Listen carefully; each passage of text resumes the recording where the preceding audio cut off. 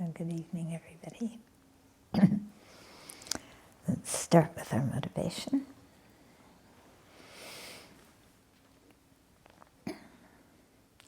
Again, with a sense of gratitude for all the help and love and guidance and education and encouragement and so on that we've received from others. Now, so really coming back to that feeling of being interconnected with others and having been the recipient of tremendous kindness from them. Yes, of course, we've had problems with other sentient beings, but compared to the help they've given us, the harm is actually quite negligible. And in addition, if we know how to think properly according to the thought training teachings, then we can transform harm into the path to awakening. And so for that reason, let's keep our mind in a positive state by focusing on what is good, what we've received, and have a sense of wealth and plenty in our mind instead of focusing on everything we haven't gotten and feeling a sense of poverty in the mind. Instead, focus on what we've received from sentient beings and have that feeling of gratitude, that feeling of connection, that wish to repay the kindness. And then from that, then generate the determination to free ourselves from cyclic existence, to realize the nature of reality.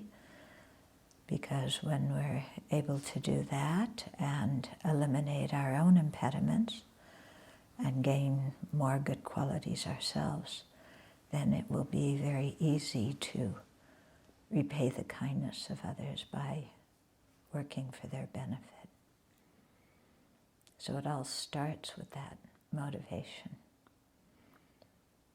So we generate that motivation and then expand it limitlessly to all beings for the development of all good qualities to benefit beings in every way possible for as long as space endures.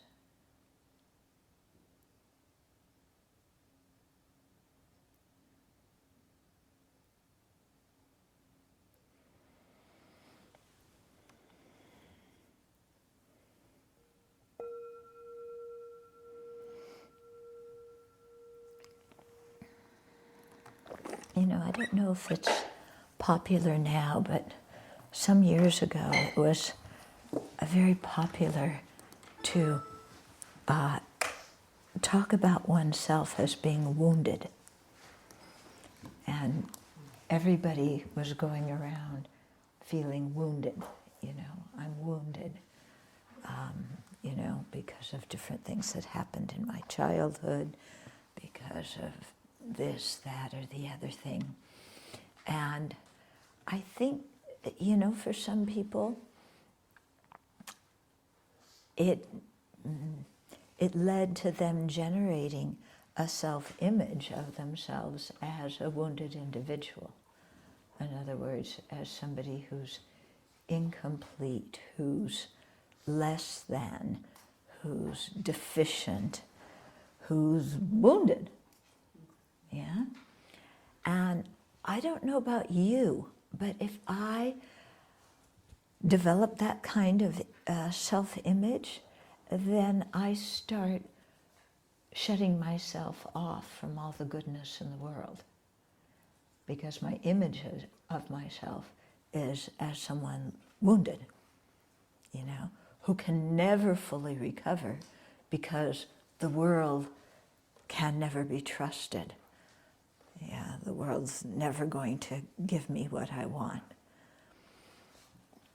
And I think, that kind of self-image it becomes a self-fulfilling prophecy. Yeah? Don't you think? Walking around, I'm wounded.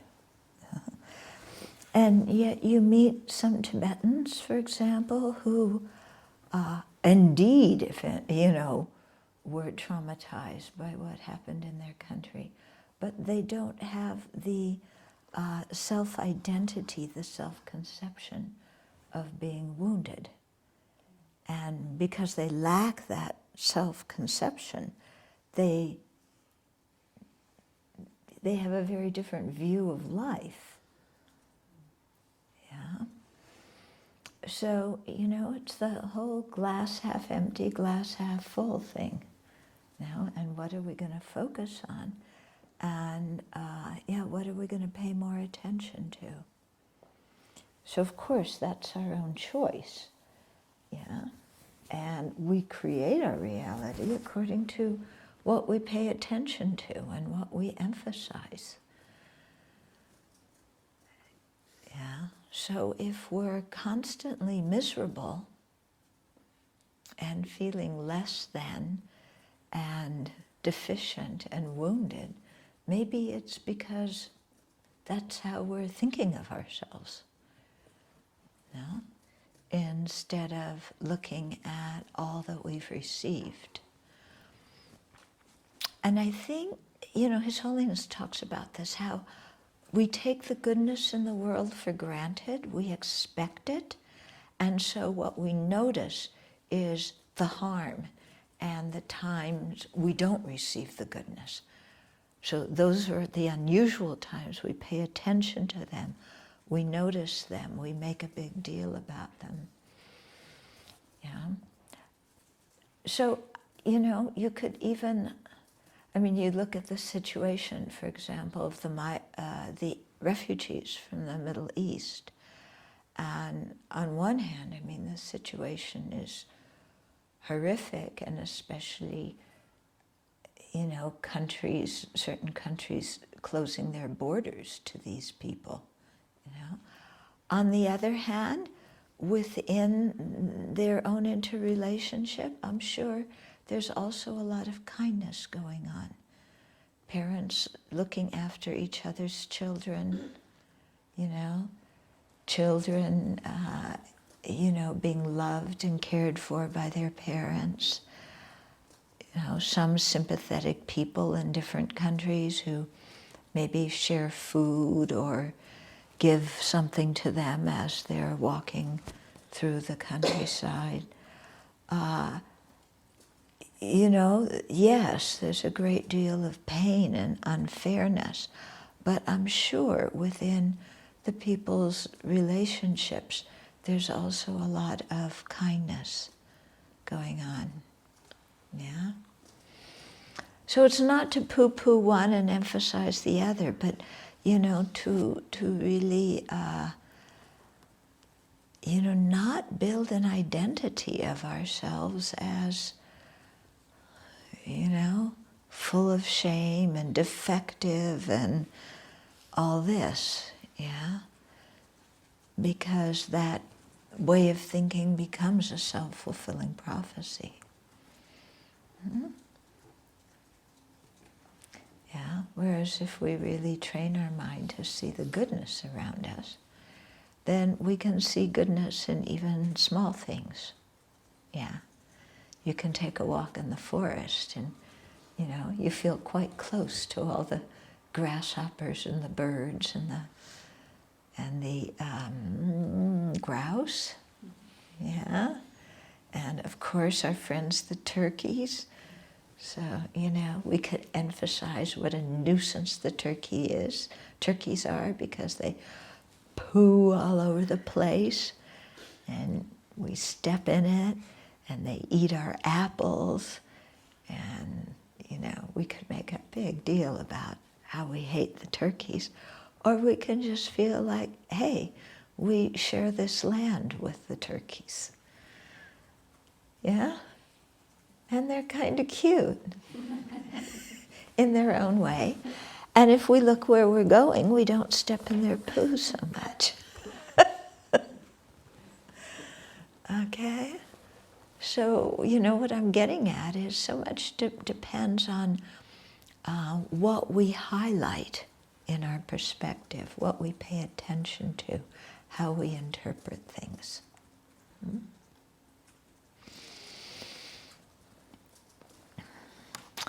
So what Dharma is teaching us to do is to have a more realistic view of things without seeing impermanent things as permanent, and things that have the nature of being unpleasant as seeing them as bringing happiness, or seeing things that are foul as pure, or seeing things that lack a self as having one. The Dharma is trying to get us to see things more realistically, and then also more beneficial, in a more beneficial way. Now somebody could say, well, wait a minute, seeing them realistically and seeing them beneficially, those don't go together. Because when I see things as impermanent, then I get depressed. Because my job's impermanent, my money's impermanent, my relationships are impermanent, my body's impermanent, my life is impermanent, everything's impermanent, I don't have anything secure in my life, I feel terrible. If impermanence is reality, it's making me depressed. Yeah, somebody could think like that. Okay? On the other hand, somebody could say, well, things are impermanent, that's the nature of how they are, and if I adjust my mind to how things are, then when things change, I don't get knocked off center. I just accept it because I knew it was happening all along.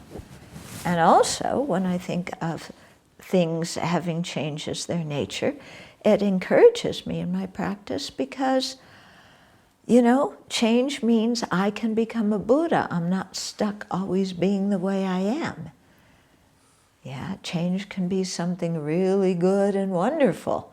We can change from being jerks into being Buddhas. Yeah, impermanence is good. Okay? So, to really look at how we interpret things and see the good things, the possibilities in our life, instead of always looking and, I can't do that, and I can't do that, and I can't do that, and I can't do that. Looking at what the possibilities are and what we can do, and rejoicing in that. Okay, maybe we can't do everything. Maybe we can't do what we really want to do. But hey, there's a whole lot of things we can do. So let's do them instead of sitting and sucking our thumb and saying, poor me.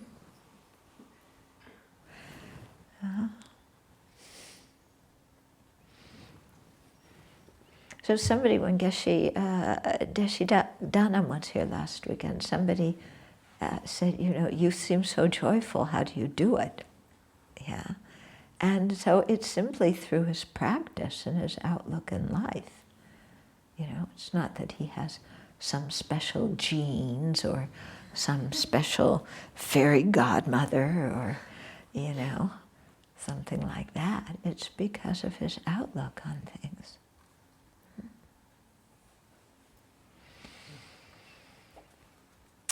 Okay.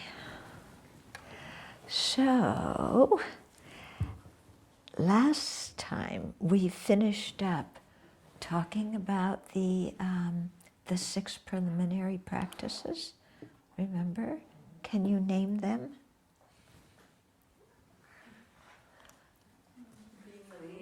Clean the room and set up the altar to make offerings that are properly procured. 3. Sit down. Yeah, in the proper meditation position, and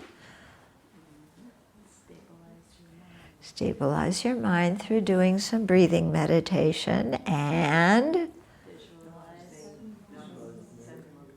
Set your motivation. Okay, then 4. Visualize the merit field. 5.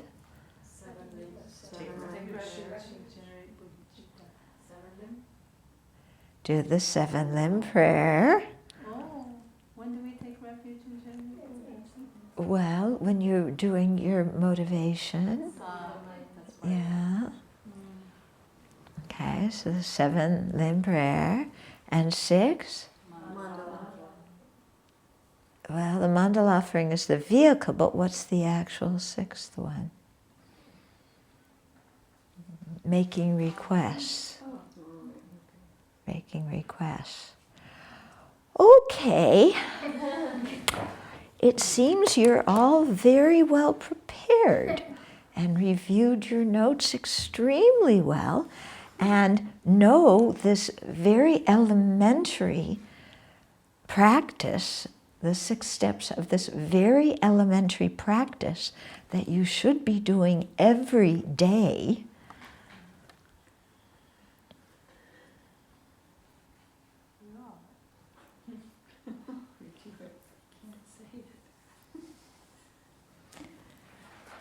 Okay, so if you want me to continue teaching, you need to learn what's been taught and be able to at least remember the outline the next session.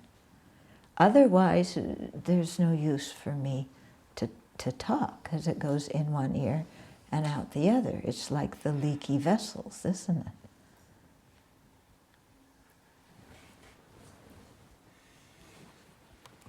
Thank you for the birthday present.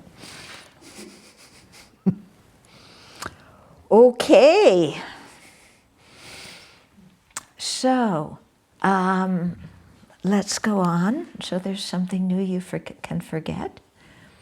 The new next outline is the actual meditation. Show how to meditate in general and how to do so in the present context. Did anybody read ahead about what we're covering today? No, I read your notes. No one read ahead? One person.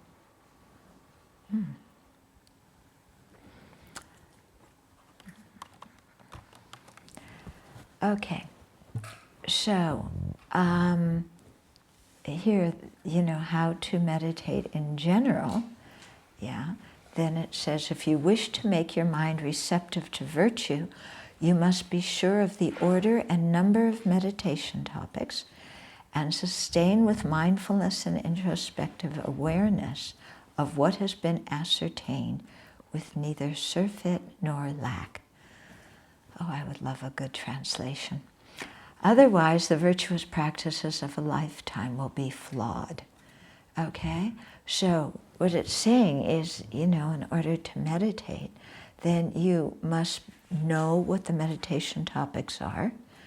So needless to say, you must know the 6 preparatory practices.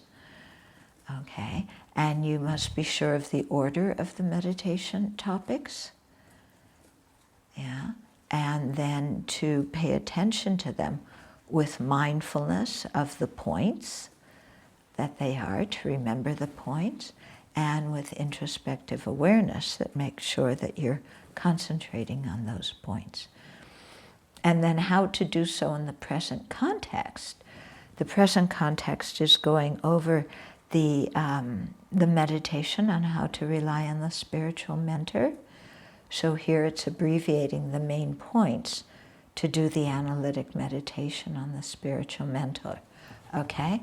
So to contemplate the advantages of relying on a spiritual mentor, the drawbacks of not relying on them, okay? And then to resolve to refrain from viewing their faults, and 4, to contemplate their good qualities so that we can have faith and confidence in them. And then 5, to recall their kindness and generate a feeling of gratitude and veneration. Okay, so that's kind of reviewing the major steps through this meditation on the spiritual mentor. Okay, and then what to do to conclude is afterwards we dedicate the virtue. So it's very good when we do the dedication to think of the emptiness of the circle of three. In other words, ourself is the one who's dedicating the merit that's being dedicated, the action of dedication. Okay, and so to contemplate that, and then to really dedicate with a feeling of sincerity and a feeling of rejoicing, rejoicing at our own merit and dedicating all of that merit. Okay, with the awareness of emptiness and dedicating it not so that we can win the lottery, or so that we can be the most popular person or whatever, but dedicating it so that we can realize all the paths and stages to full awakening and be of great benefit to sentient beings. Okay, and then the next outline is what to do to conclude the meditation session. Okay, so that's what we're on right now. So the first part of that was dedicating the virtue. And then it gives some more instructions. It says, following this procedure, divide the day into 4 sessions and make every effort. Temporarily do short and numerous sessions in order to avoid having laxity and excitement, ending your sessions on a good note. Once you have mastered these, you may prolong the sessions if you're free of laxity and excitement. Okay? So it's saying, the best way to practice, if you can, is to do 4 sessions a day. So 1 when you first get up, 1 between breakfast and lunch, 1 in the afternoon, 1 in the evening. So in a way, that's kind of the best way to do it, like anticipating that you're in retreat and have a retreat schedule.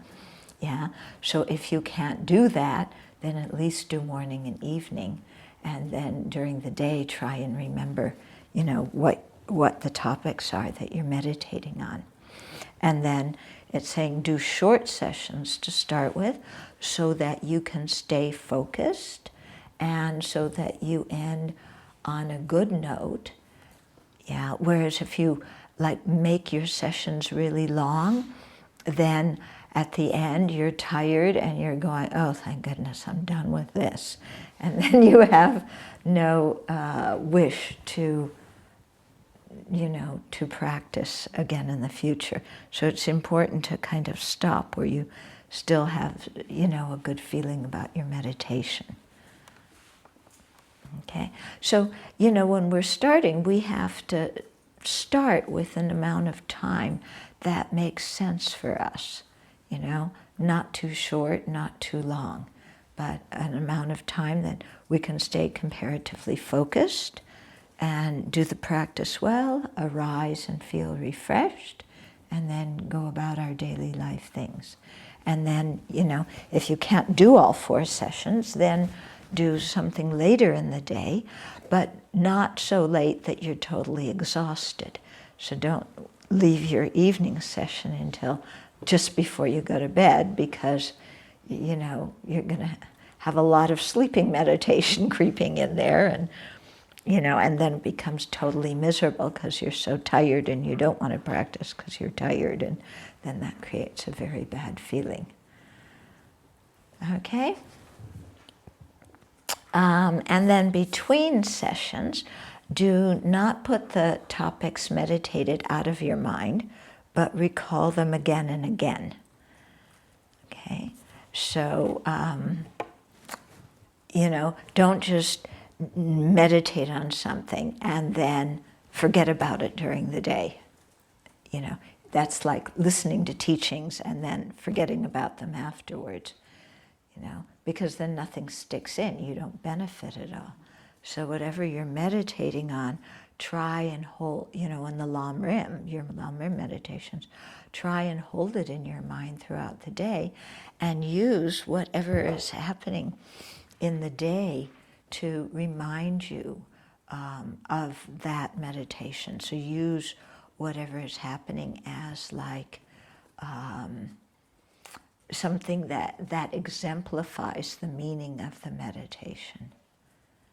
Okay, so let's say you're meditating on precious human life, then if you take a walk in the forest and you see all the different insects and bugs, then think like, well, what would it be like to have that kind of rebirth where my mind couldn't think of anything and I'm trapped in that kind of body, and how awful that it, would be.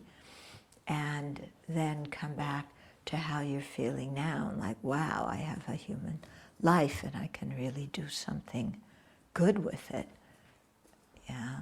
And so in that way, remember the meditation that you're focusing on. Okay? Yeah. Because, most of the, as beginners, most of the day probably is going to be when we're not on the cushion. It's going to be the break time. And what we do in the break time influences tremendously how our meditation sessions go. Yeah. Because in the break time, if we're just talking about this and that, jabbering all over the place, then when we sit down, you can feel your energy is, kind of, it's not centered, it's kind of chaotic. Yeah. And you're replaying discussions that you had and what they said to me and what I said to them and what I should have said and what they should have said and what I'm going to say tomorrow and all this kind of stuff, and it becomes hard to concentrate, on your meditation. Whereas if you, in the break time, if you really kind of guard your mind and don't get involved in a lot of useless activities and distracting activities, then it's much easier when you sit down to do your meditation again. Yeah. See, I'm sure you can see that from your own experience. Yeah, becomes kind of obvious after a while. Yeah. Okay.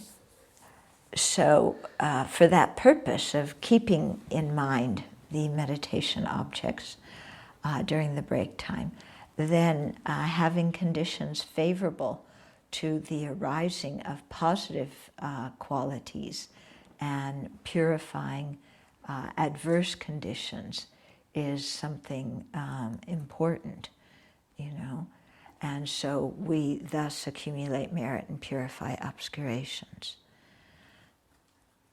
Okay, so you try and remember your topic, and in the break time, you do purification and creation of merit. So what are some ways you can do purification and creation of merit in the break time? I make a lot of offerings when I'm outside, because I'm so attached to beautiful things, so I just keep giving it away because I'm just so attached. Okay, so when you're working outdoors, then mentally making offerings of all the natural beauty that you're seeing. Okay, what else? Purify while you're vacuuming. Yeah, purify while you're vacuuming, while you're cleaning the toilets, washing the dishes, okay, by doing the thought training practices and thinking that you're purifying the minds of sentient beings. What else? Also, if the mind gets negative or you get stuck in a habit that isn't virtuous, you can do a quick Rajasatva purification. Yeah, so if you notice your mind getting non-virtuous or stuck, do a very quick visualization of Vajrasattva and recite some mantra. What else? Something we do a lot around here. Outside the offering service, for example, reading sutras, studying the Dharma, reflecting upon emptiness. Yes.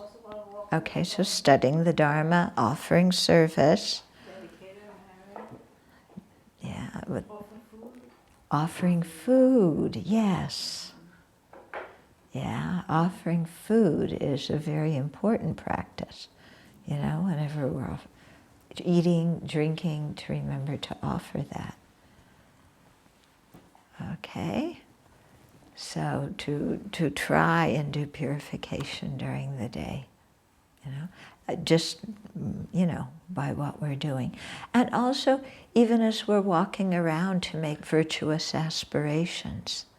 Yeah, when you might be reading the news, and so you know, make aspirations about how you want to be, what kind of things, qualities you want to have, what kind of activities you want to avoid. You do prayers for the various people that we don't even know, but we read about in the news, who are sick, who have been injured or killed. The one prayer that you did was very helpful. Yeah. Okay, so all those the verses for the Avatamsaka Sutra, yeah, the thought training verses, very, very helpful. Walking upstairs, walking downstairs, all those things. Okay, so very good ways to create merit and to keep the mind in the Dharma. And then also just really checking our mind as we're going through our day, and you know, are we becoming biased? Are we becoming stubborn about something? Yeah, and so correcting the mind, adjusting the mind if we need to. Okay, then it says, furthermore, maintain ethical conduct. Yeah, that's important to do in the break time, isn't it?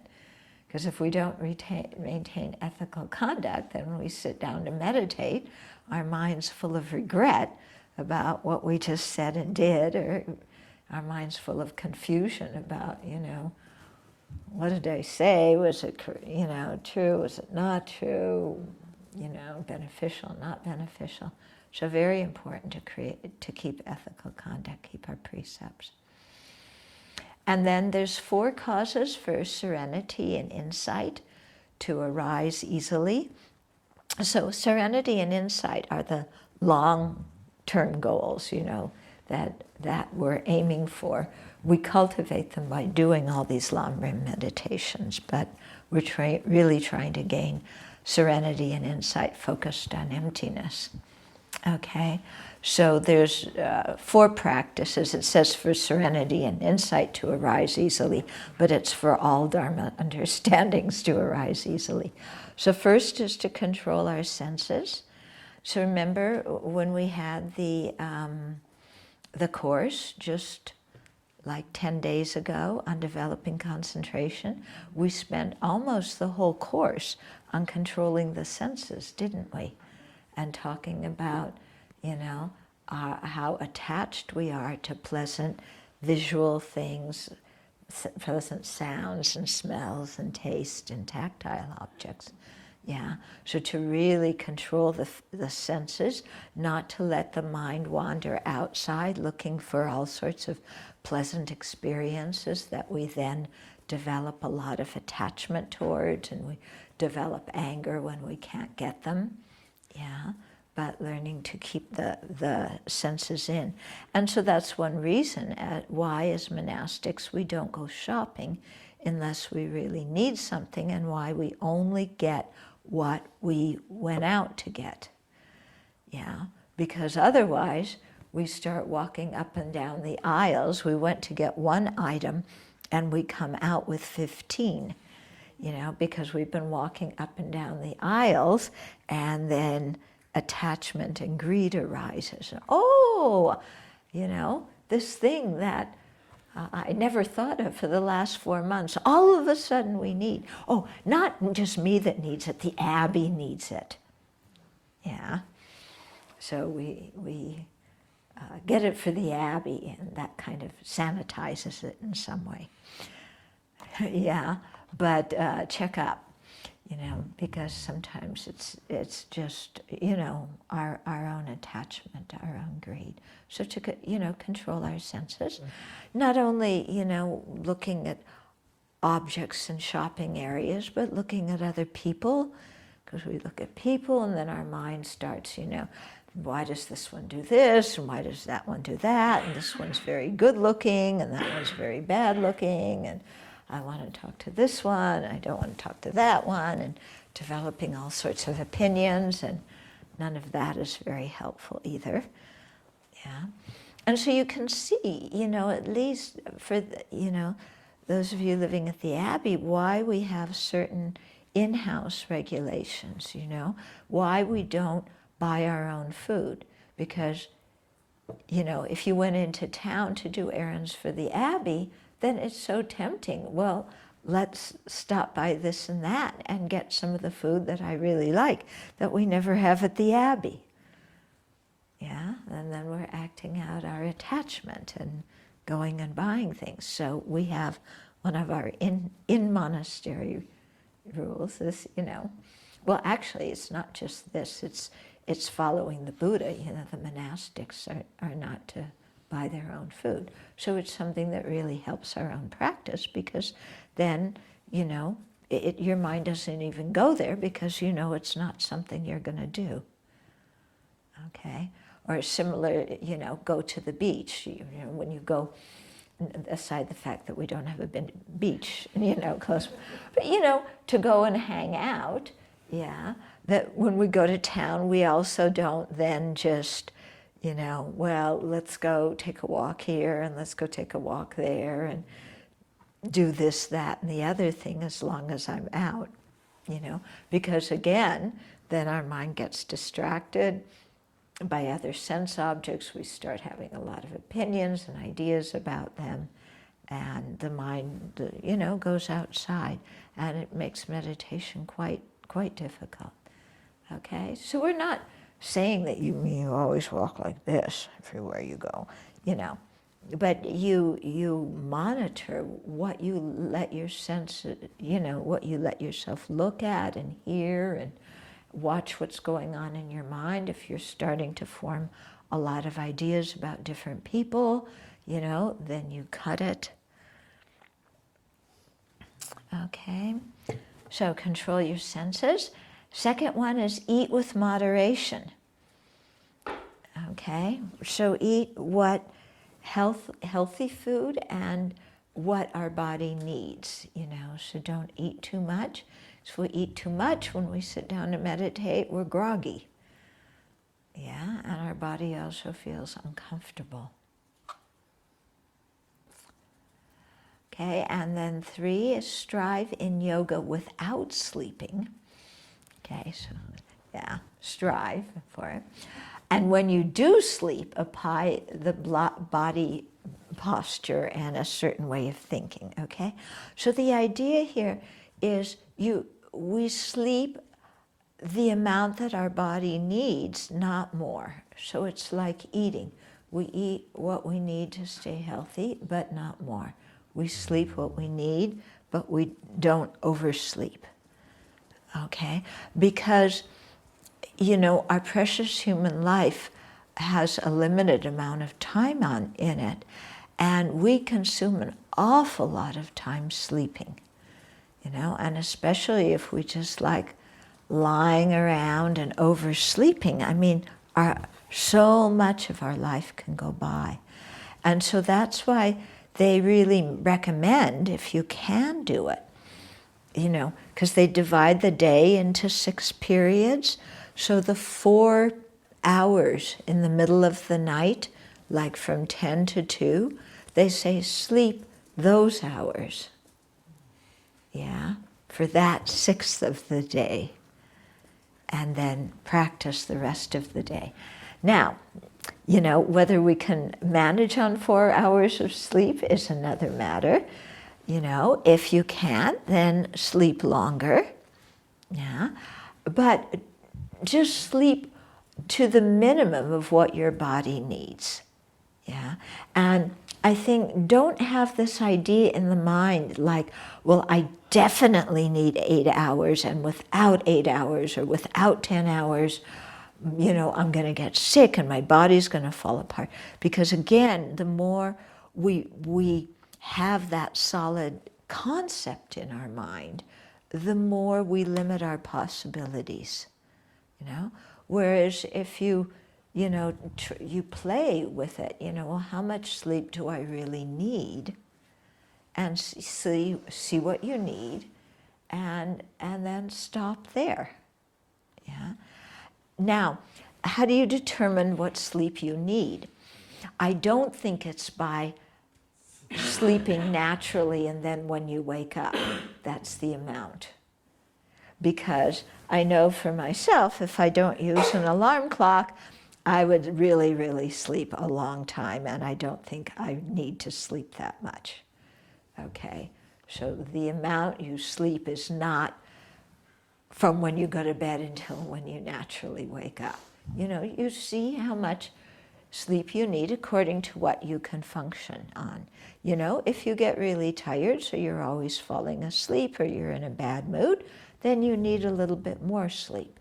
Yeah, but you know, really, really see what your body needs, and don't make some kind of solid concept in your mind, yeah, such that if you don't sleep that much, you set yourself up, you know, oh, I didn't sleep my full 8 hours or 10 hours, now I'm going to get sick. Because if you think like that, for sure you'll get sick. Okay, you getting what I'm saying? Yeah? Can you talk a bit about the sleeping posture? Oh, yeah. I don't quite understand, like, you know, legs straight, bend, not kind of... Okay, so they say if we can go to sleep in the position that the Buddha lay down in when he attained parinirvana, it's a position that can help the winds flow. So you lie on your right hand with your hand under your cheek. If you can use your ring finger to block that nostril, that's good. Otherwise, just leave it open, that's fine. Okay, and then your legs, you know, they don't have to be totally straight. They can be a little bit bent, but you're not curled up in a ball. And then your left hand on top of your thigh. Okay, so you can fall asleep in that position. It's quite good.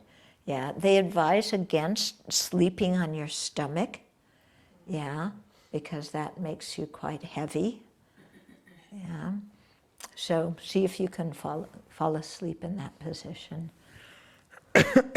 And they say also, before you fall asleep, think about something virtuous, because, and you can really tell this, you know, that what you're thinking about before you go to sleep is what you wake up thinking about, you know? It becomes quite evident. Or even you get up in the middle of the night, you know, what are you thinking about when you get up? It's usually, you know, what happened before you went to bed. So that's why before you go to bed, it's very good, you know, read some Dharma book, have something virtuous in your mind. Don't read the news before you go to bed. Don't read something that's going to excite your mind or cause a lot of, you know, negative emotion to arise. You know, don't look at Facebook and all this kind of junk before you go to bed, because, you know, the sleep is a mental factor that's neutral, but we can make it virtuous or non-virtuous according to what our mental state is while we sleep. So, you know, before you go to sleep, if you make 3 prostrations, you lie down, maybe you know, you think of putting your head in the Buddha's lap and this gentle light from the Buddha bathing you, and, you know, you generate an attitude of loving kindness, so you dedicate all the merit from the day, then that's very good, because you're putting your mind in the Dharma. Okay, and then, you know, when you wake up, how you wake up is also very important. Yeah, and so wake up and immediately take refuge and generate your motivation. Okay, so refuge in the 3 jewels, and then your motivation. Today, as much as possible, I'm not going to harm anybody with my body, speech, and mind. Today, as much as possible, I'm going to benefit them. And today, as much as possible, I'm going to cultivate bodhicitta. And then, you know, you maintain that as your motivation for being alive, and you you focus on that with mindfulness. You bring your mind back to it periodically during the day, constantly remembering your motivation. That's why here at the Abbey, so often during the day, we're doing different recitations, aren't we? Yeah, I mean, you have the morning practice, and you're blessing the speech, and your practice, and the monastic motivation, chanting before breakfast, the verse we recite after our stand-up meeting, okay, before offering service. Then we offer our food before lunch. We chant after lunch. If we're, doing some activity together, again, we recite, something, or we generate our motivation before medicine meal, offer the food, evening meditation, again, our motivation, closing the end of the day with dedication. So many people who come and visit here, have remarked to me that they really see the purpose for our daily schedule, because if you just keep the daily schedule, it's very easy for your mind to stay in something constructive, because all day long you're generating a good motivation in one situation or another. Yeah, and so they say they find it very, very helpful. Whereas when left on our own, living in the city, the mind forgets the Dharma during the day. It forgets the motivation, forgets to offer the food. So, there's a real purpose to the schedule, and how we have so many things that are constantly reminding us. Okay? And in spite of all of that, we forget. Incredible, isn't it?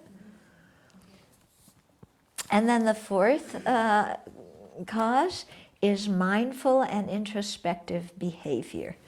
Okay, so to really be aware of what we're saying and doing and thinking and feeling in the break time. Yeah. There's lots of beautiful passages in the scripture about this, how you just practice, being aware of what you're doing. Yeah. And I find that, so many things I do on automatic that sometimes I can't remember if I've done them or not. Yeah, because I do them so much so on automatic that my mind is somewhere else. And then it's like, well, did I do that or did I not do that? Okay, I'm glad somebody else is nodding their head. It's not just me. Yeah, oh, you too, and yeah. And so to, try and pay attention to what we're doing. I was thinking about that sometimes I think I don't pay attention because things are so habitual, so I don't want to fill my mind up with habitual things. But then I can't remember what I've done or where I put something, which, wastes a lot of time if I can't remember. Yeah. Yeah. So fortunately, my room's quite small. There's certain places I put my glasses, and certain places I put my mala, so I can find them easily. But I notice that when I'm traveling, sometimes, I may put something down in the room I'm staying in, but because I don't have those same certain places where I put things, I have to look a little bit more for them. Okay, whereas if we, pay more attention to what we're doing, then maybe that wouldn't happen so much. In Sravasti Hall, I certainly have had a lot more things misplaced. Oh, yeah. Yeah, now with Chenrezig Hall, yeah, the amount of stuff we leave here, we leave there. Time, yeah. Mm-hmm. Holding on to, our hats or our jackets or our work clothes or, Zen. our Zen, yeah. Where's my Zen? Store our shoes around. Yeah. Mm-hmm. Yeah, there's like one, two, 3, 4, 5 entrances to Chenrezig Hall. So we have to remember which one our shoes are at. Yeah?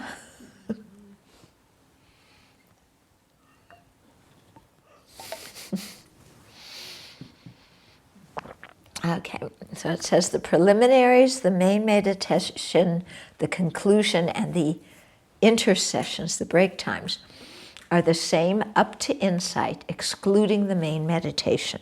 So what they're getting at is that the preliminaries, the 6 preliminaries that we did, the dedication, the break time, all of that is the same. The only thing that differs in all the meditations from, relying on a spiritual master up until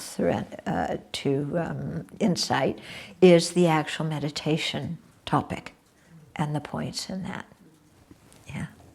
Although I should say that the perfection of meditative stability, you don't do analytic meditation on that.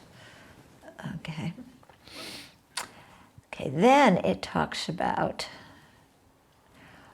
why it is necessary to meditate using both meditation methods. Okay, so both meditation methods mean developing stability that falls on the side of serenity, and cultivating analysis, which falls on the side of insight. Okay, so we need to cultivate both of those. So it has, what it says here is just as gold becomes malleable when heated and washed, so too will focusing on disgust and delight with non-virtuous and virtuous karma and its effects, for example. With intense apprehension of the object and prolonged analytical meditation, ensure mental serviceability for achieving either serenity or insight, whichever you wish. Hence, to realize selflessness, analytical meditation is best. Okay, so what they're talking about here is, we want to develop analysis and stability in our meditation. Okay, so because we want to develop serenity and insight, yeah, and and we need to be able in all the meditation topics we meditate on to apply both analysis and stability. Yeah. So if you're doing an analytical meditation on precious human life, for example, or on death, you contemplate the different points, and then at the end, you develop stability by focusing just on the experience that you had. You stop the analysis and just focus on the experience. Okay? The more you do the Lamrim meditations, the easier it becomes to meditate in general, and the easier it becomes to develop concentration. Okay? Because, what it says here, developing disgust with non-virtuous things and delight with virtuous things, yeah, help, when we have that very strong inside of us, it affects us not only, the choices we make during the break time, but it affects our ability to concentrate, yeah?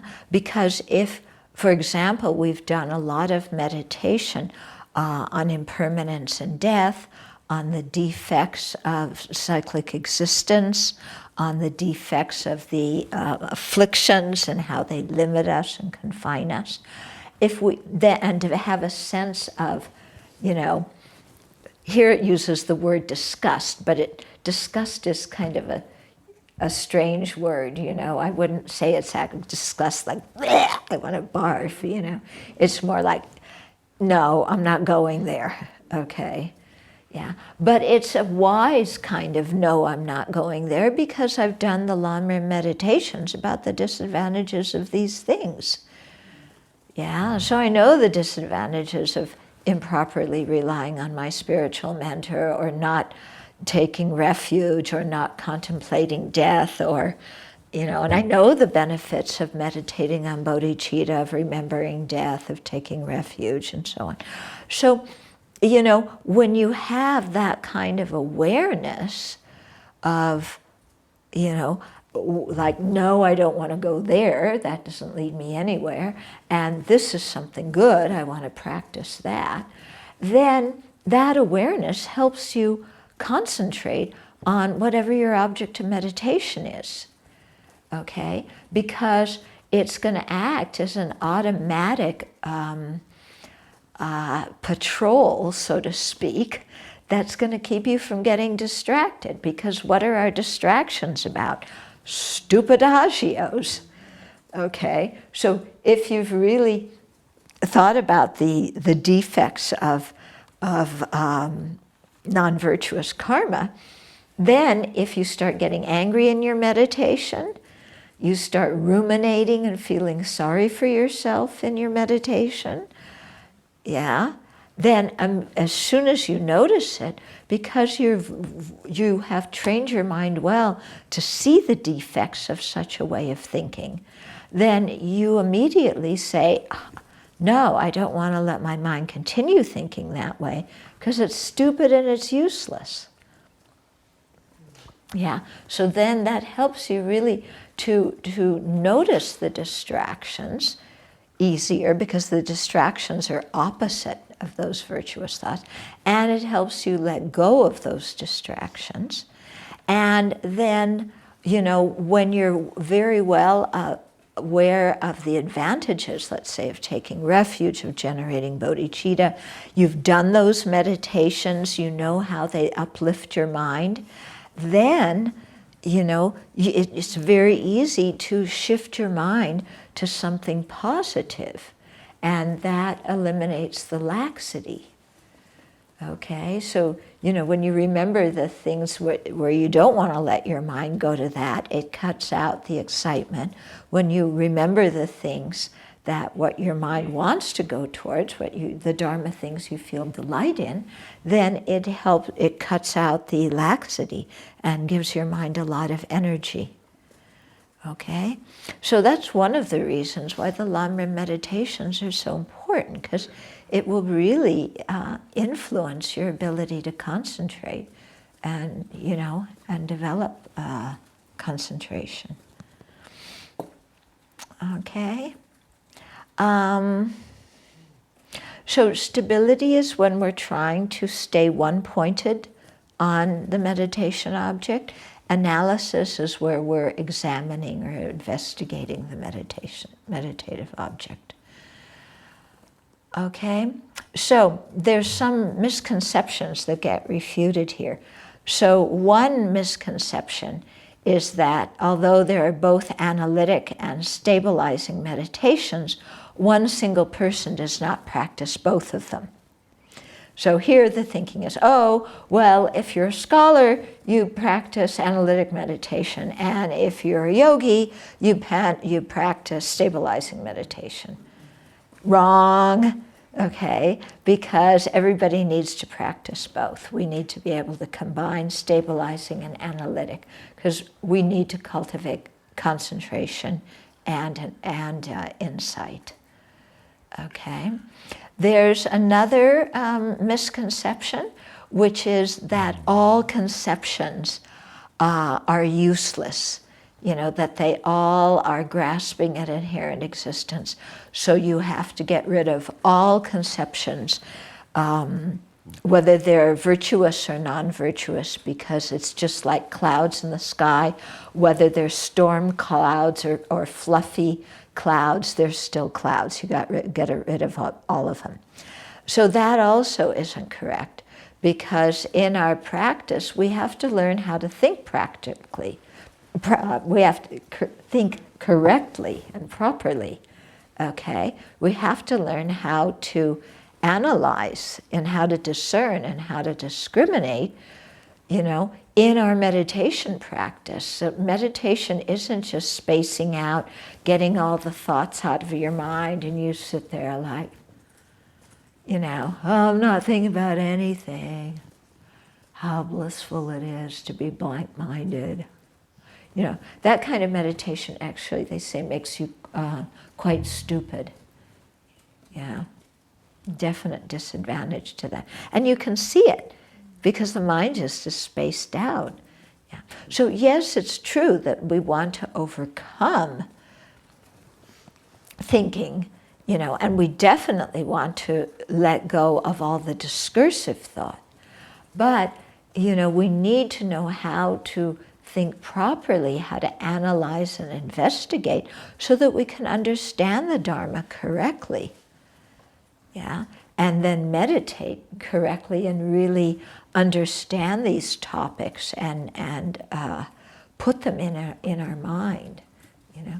Because if you don't do that, then you may even have single-pointedness, but when you get up from your meditation, you can't discriminate very well, like, you know, what is wholesome and what is not wholesome. Yeah. And that's a big drawback if we can't have that kind of discrimination. Okay. Another misconception is that if a lot of analytical meditation is done prior to the arisal of meditative stabilization, it becomes an obstacle. That also is not true. Okay? So, you know, thinking that, oh, I shouldn't do any analytic meditation, because if I do that, then I won't be able to generate concentration. That's incorrect. Because, like I explained, if you do the analytic meditation about, you know, the benefits of, you know, taking refuge, developing bodhicitta, realizing emptiness, that helps your meditation on other topics. If you spend time doing analysis on the drawbacks of, you know, not relying on a spiritual teacher, not remembering death, and so on, then that also will help you cut out different things. Okay? So, yeah, don't have that kind of wrong conception. Okay, so that...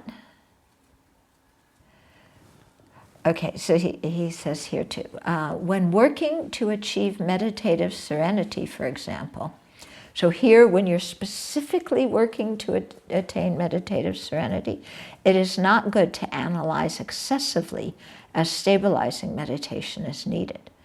Yeah, for that reason, since both scholars and meditators need to achieve serenity, faith in the master, and so forth, they train using both analytic and stabilizing meditations.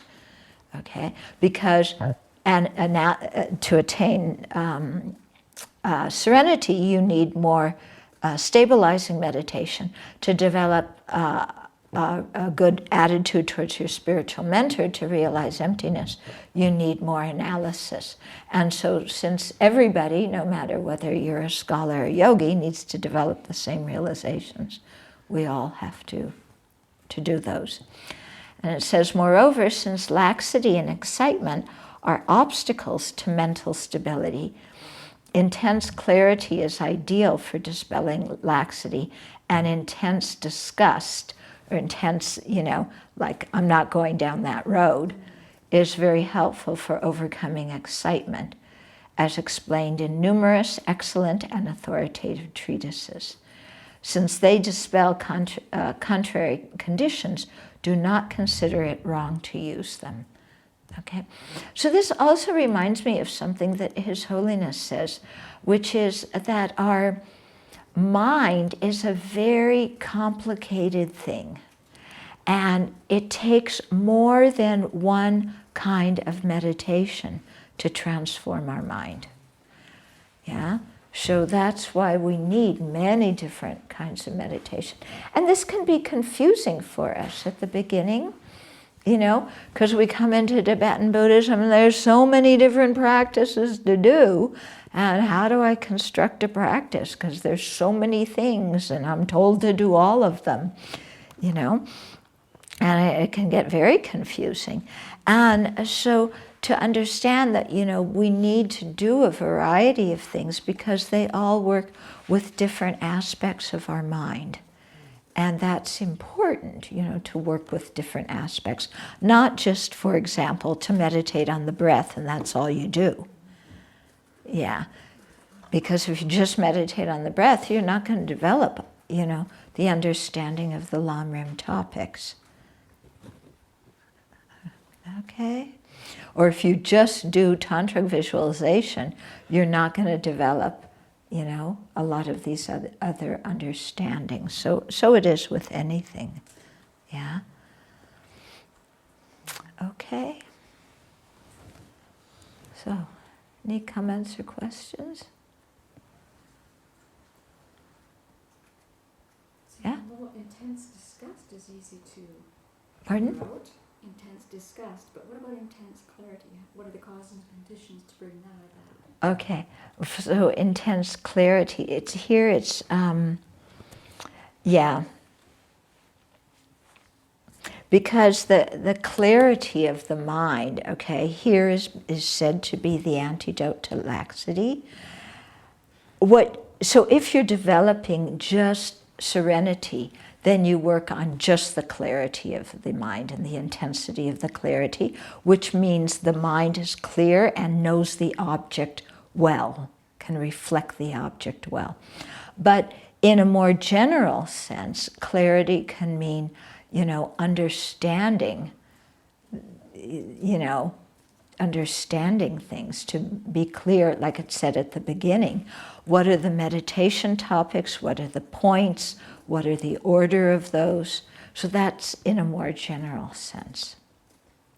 Okay, so it's different when you speak just about developing serenity than in general. Yeah?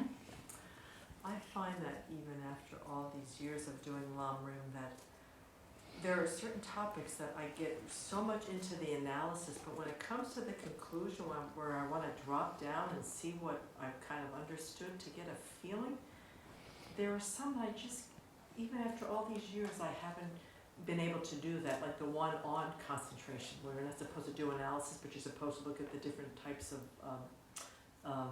obstacles that get in the way. Mm-hmm. The one on mind and rebirth, I can't put my mind around some of the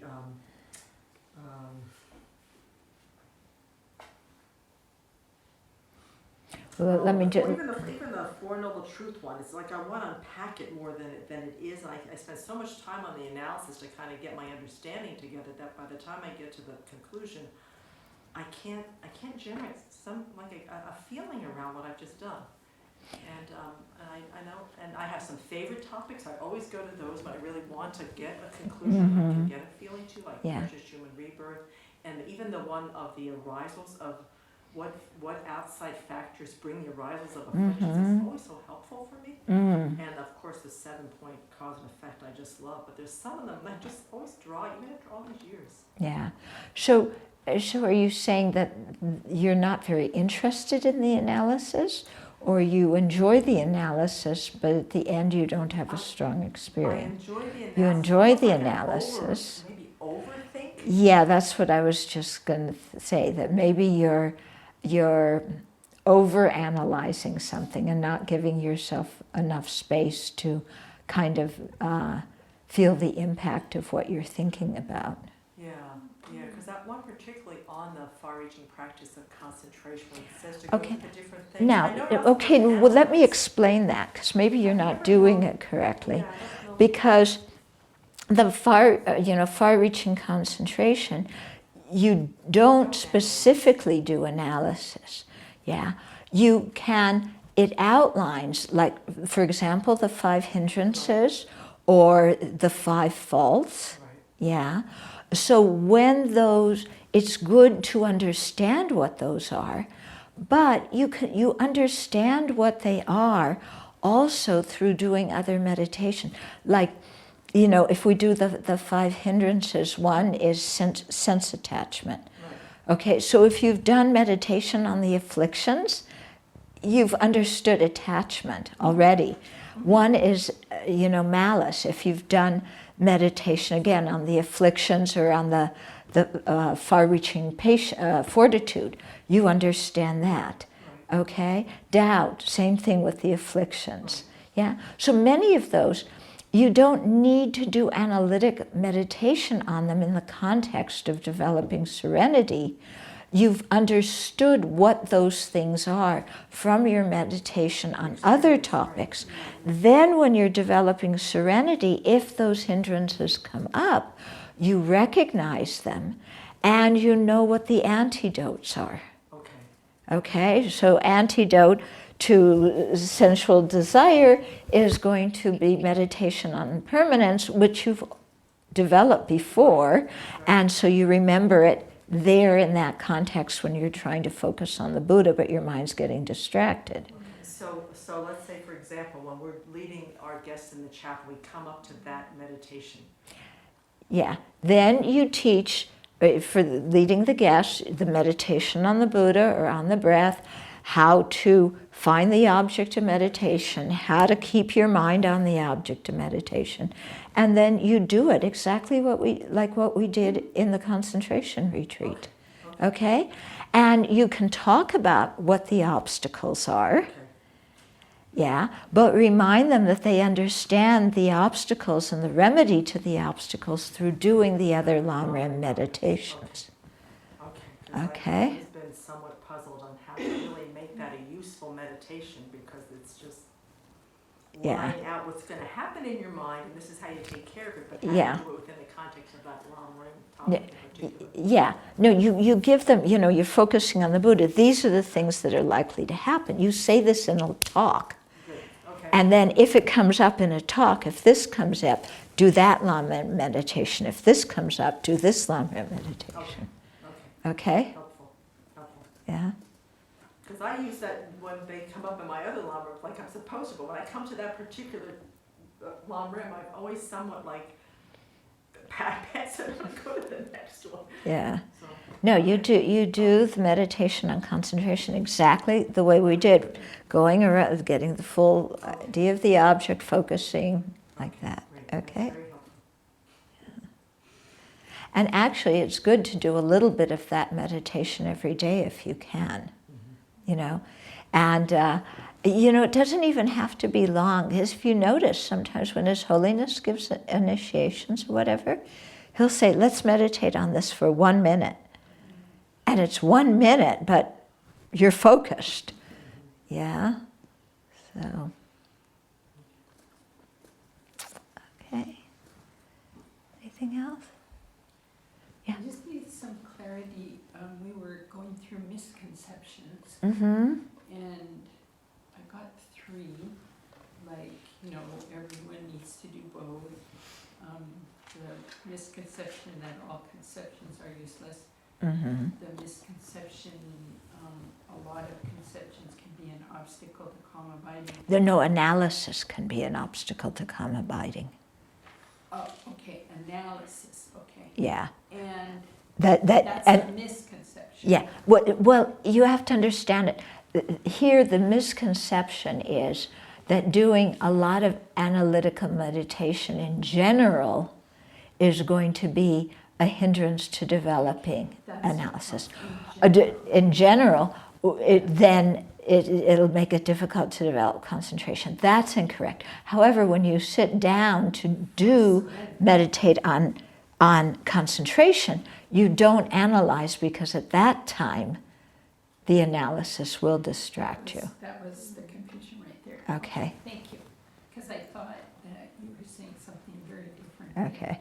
I heard and I was just going, what happened there? But what's the session specifically for? Yeah. I'm doing serenity or I'm doing analysis. Yeah. And in general, of course, we need analysis. Yeah. I mean, discriminative. Right. And if you're doing Lamrim, you're doing some analysis, and at the end you have serenity. Right. Okay. Yeah. Yeah. Somehow my notes were gone. Yeah. Okay.